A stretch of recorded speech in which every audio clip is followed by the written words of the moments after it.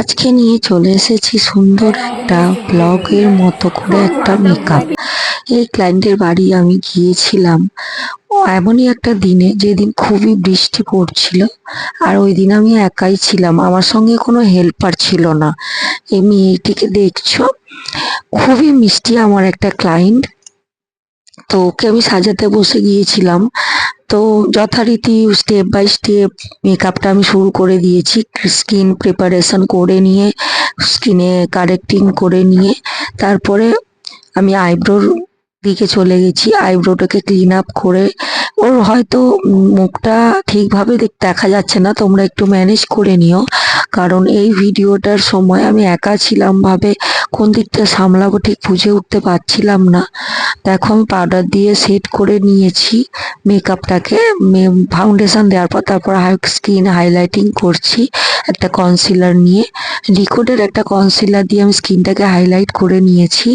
তারপরে একটা পিএসিরই একটা লুজ পাউডার দিয়ে আমি ওর স্কিনটাকে মেকআপটা সেট করে নিচ্ছি। এই পাউডার দেওয়া সেটিংটা খুবই জরুরি স্কিনের এই স্টেপটা কোনোভাবেই স্কিপ করা যায় না। দেন আমি ম্যাকের একটা স্টুডিও ফিক্স কম্প্যাক্ট নিয়ে ওর মেকআপটাকে আরো সুন্দর করে ইনহ্যান্স করে দিয়েছি। তারপরে যথারীতি হাইলাইটিং আর ব্লাশ করে ওর মেকআপটাকে আমি কমপ্লিট করেছি। তারপরে ফেস মেকআপ কমপ্লিট হয়ে দেখো আমার ক্লায়েন্টের হাসিটা কতটা মিষ্টি। এরপরে আমি চলে গেছি ফেস মেকআপ কমপ্লিট করে চলে গেছি আই মেকআপের দিকে। ও খুবই একটা সিম্পল আই চেয়েছিল, ওর লুকটা ছিল একেবারেই অন্যরকম। ও মেখলা পরবে বলেছিল আর একদম সিম্পল একটা মেকআপ চেয়েছিল আমার কাছে। তো ওর পছন্দ অনুযায়ী আমি বারবার জিজ্ঞাসা করে করে এই মেকআপটা করছিলাম। আইটা কেমন করব, তারপর লাইনারটা কতটা টানবো, এইভাবে বলতে বলতে আমি মেকআপটা করছিলাম। আর মাঝে মাঝে ওর সঙ্গে কথাও বলছিলাম, ও খুব মিষ্টি মিষ্টি কথা বলছিল আর হাসছিল। ওকে আমার ভীষণই ভালো লাগছিল ওর সঙ্গে টাইম স্পেন্ড করতে। দেখো কথা বলতে বলতে মেকআপটা প্রায় কমপ্লিটই হয়ে গেল। ওর পছন্দ মতো একটা লিপস্টিক লাগিয়ে দিয়ে ওকে দেখালাম ও কিভাবে দেখছে। দেখো ওর লিপটাকে কতটা সুন্দর লাগছে ওকে। আজকের দিনে সব মেয়েকে বিয়ের দিনে একটা সুন্দর সুন্দর ভালো লাগা একটা থাকেই। দেখো ও মেখলাটা পরে নিয়েছে। মেখলা পরার পরে ওকে আমি গহনাগুলো পরিয়ে দিচ্ছিলাম আস্তে আস্তে।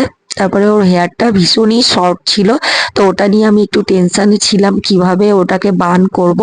তারপরে ওটাও যথারীতি স্টেপ করে করে চুলটাকে যথারীতি আমি নিজের আইডিয়া দিয়ে ওর বানটাকে শুরু করি। আমি এখানে টাফের একটা সেটিং স্প্রে নিয়ে নিয়েছিলাম আর খুবই হালকা হালকা, ওর হেয়ারে কোনো ক্রিম্পিংও করিনি আমি, ওটা চাইনি। তারপরে খুবই হালকা হালকা করে একেবারেই অল্প ব্যাক কম করে একটা পনিটেল ক্রিয়েট করে নিয়েছি ওর ব্যাক সাইডে। পনিটেলটা ক্রিয়েট করার পরে আমি ওটাকেই একটা বান ক্রিয়েট করে নিয়েছি আর জুঁই ফুলের মালা দিয়ে পুরো বানটাকে সাজিয়ে নিয়েছি।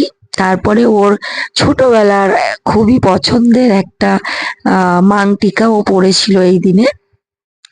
তারপরে ওর পছন্দ মতো সব লুকটা কমপ্লিট করার পরে আমি বানটা যেটা শুরু করেছিলাম সেটা কমপ্লিট করতে দেখো এই বানটা কতটা বিগ সাইজ হয়ে গেছে। অত শর্ট একটা হেয়ারে আমি যেমন পেরেছি যতটা পেরেছি ওকে সুন্দর করে তোলার চেষ্টা করেছি। সবাই চায় তার বিয়ের বিশেষ দিনটিতে একটু সুন্দর লাগবে তাকে।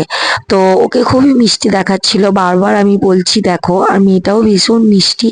আর জুঁই ফুলের মালা দিয়ে দেখো ওর গোটা খোঁপাটাকে পুরোপুরি আমি কভার করে দিচ্ছিলাম যাতে লুকটা আরো সুন্দর হয়ে ফুটে ওঠে। তো এইভাবে কথা বলতে বলতে হয়ে গেল ওর বানটা। তারপরে আমি ওড়না ক্রিয়েট করে দেখো এই হচ্ছে ওড়নাটা সেটিং করার পর এই হচ্ছে ওর ফুল লুক। মেখলা পরেছে ও, কেমন লাগছে ওকে তোমরা অবশ্যই জানাবে। আর এরপরে ও কিন্তু আমাকে ছাড়েনি, ওর বিয়ের আসরে আমাকে খাওয়া দাওয়া করে যেতে বলেছিল। সেই কারণেই ওখানে খুবই মজা করেছিলাম ওই দিন।